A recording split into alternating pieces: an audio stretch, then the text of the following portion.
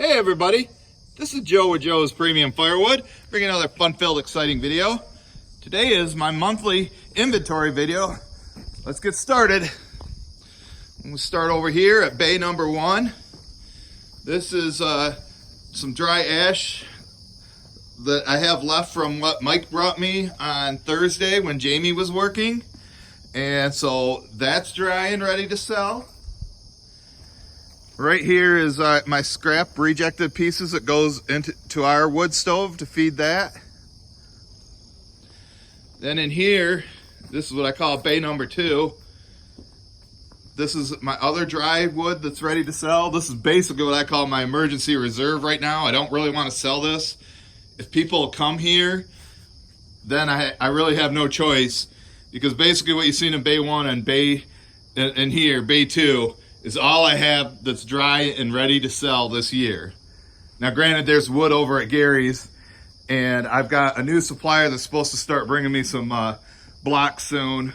Also, there's a farmer nearby. I drove by there the other day, and he had some ash out there that was looks really nice. I stopped and talked to him before, and he had it listed at $50 for a face cord. Here's my 75 bundles that's going out Thursday, and then the rest of my bundle wood, I got to make another 30 bundles for my store that I sell. But anyway, back to that guy. He's selling it for $50, and since today is October 1st, this is the day that I planned on raising my prices. So now they're up. I raised it from a level truckload or oversized truckload. Level truckload 125, and the oversized truckload is 150. And a level truckload is basically a face cord. So he's about 6 miles from me. I can go pay him $50 for split and processed ash, and then turn around and resell it for 125. This stuff right here, this is like semi-season stuff. I have been putting a little bit of this in. I put like the ash to the front of my truck, and then maybe fill the back quarter of my truck with this stuff, and then when I unload it, this stuff goes on the bottom. By the time the customer gets to it in February, it's ready. I've got some blocks over here too, same kind of deal. I can either put it in between those two trees right there, or I can split this right into the truck too, which I might do, because I think that's also what I call semi-season. Over here I got this long stack. This has already been sold. I got $700 for this whole row. The guy already paid me like 6 weeks ago. He said he's going to come in October and get it, so he should be coming pretty soon. But I would say there's over 2 full cords here of premium oak. There might be a few pieces of cherry or maple in there, but it's really nice stuff. You guys tell me how much wood you think is there. I'd say it's those piles are over 5 feet tall, and I'd say the whole length of it's probably 60 feet long, something like that. Yeah, there are some trees in between, stumps in between. That doesn't take up much. So, oh, and this is some cherry Mike brought for the bundle grade, but this is normally where I keep my dry cherry at.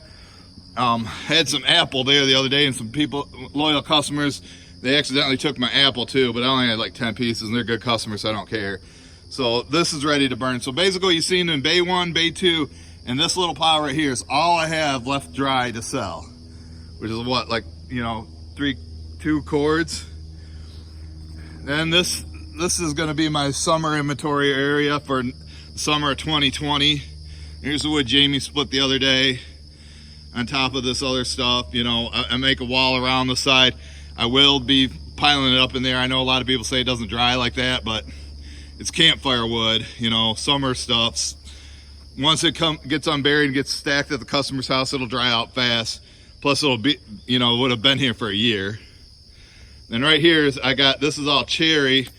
I sold to a new meat smoking place, and they wanted cherry. So I brought them a load, I don't know, 6 weeks ago. They said they needed about every month. They haven't called me yet. So if they don't buy it, you know, I'm gonna just fill this, make this my cherry storage area. Next time I get green cherry in, we'll just fill this in. And then if they don't buy it, I can sell that for summer campfire wood next summer too, or if people want it for meat smoking. But right now it's green. And over here, I got there's some boiler wood. You know, when they bring me pieces that are like too short, or you know, if they're under like 12 inches long, basically oddball shaped pieces, that becomes outdoor boiler wood. So that goes there. Over here, this is my brother's inventory, aka the king of firewood. He finally got all his wood split. Some of it's really nice, some of it's dog poop. You know, there's like box elder in there and green, you know, mulberry. And it's like cut in different lengths. Silver maple just a little bit. But then there's some really nice pieces like this oak right there.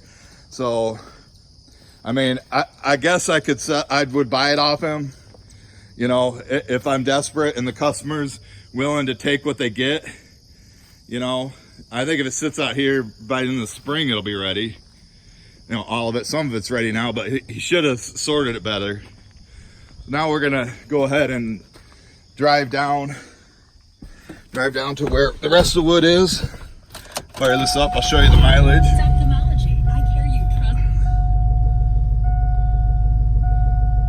Here's the mileage right now, folks. Think I need a new truck, but you know what? If it ain't broke, don't fix it. Yeah, it could be in better shape, but you know, I don't have the money. I need money for food, let alone for a new truck. 50 grand. You know,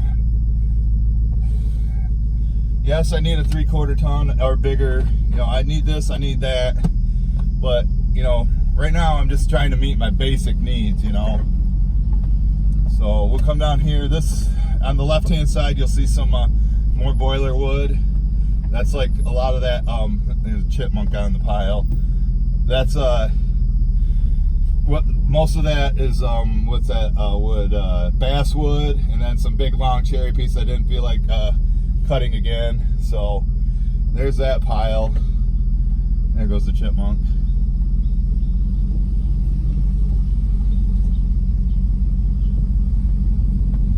And then there's some more boiler wood up here. I don't really have much of that.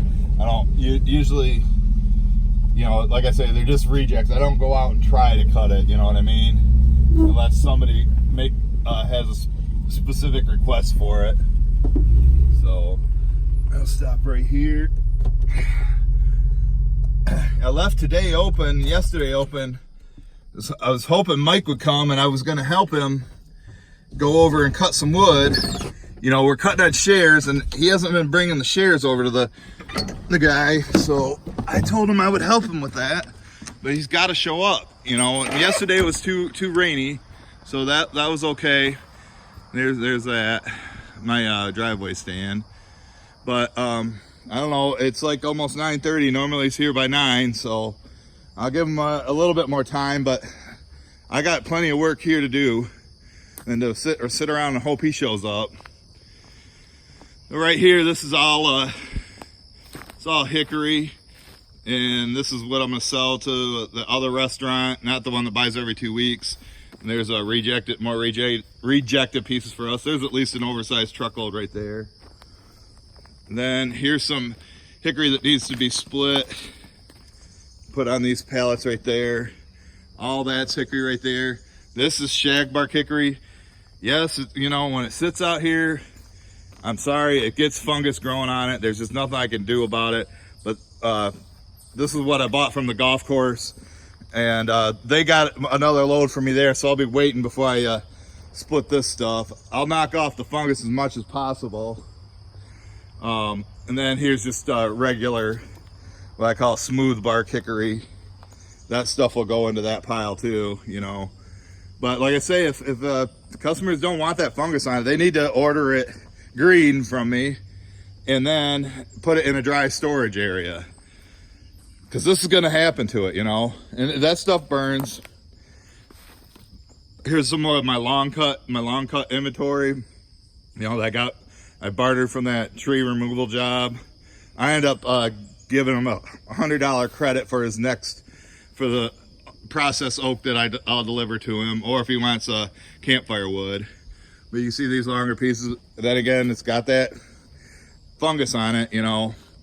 It's very wet. We've had 4 inches of rain the last, you know, over the weekend, so this is just going to happen to the bark. You know, a lot of the bark will fall off and that'll be gone.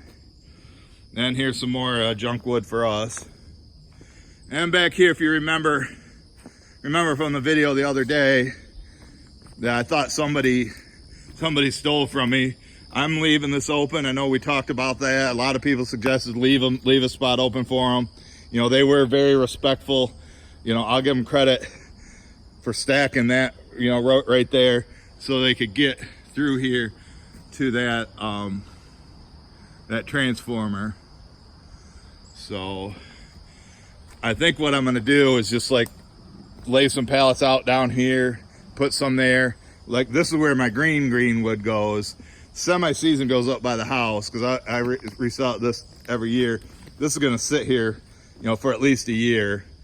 So I will leave this open so they can have access, because I don't want to have a big mountain in here and then have them charge me or you know, make me move it, or they have to bring in a bulldozer to get the wood out of the way so they can have access to their power lines and power poles. So I guess that's it for this video. I hope you guys enjoyed it, and I hope Mike shows up today. We'll see you guys at the next one.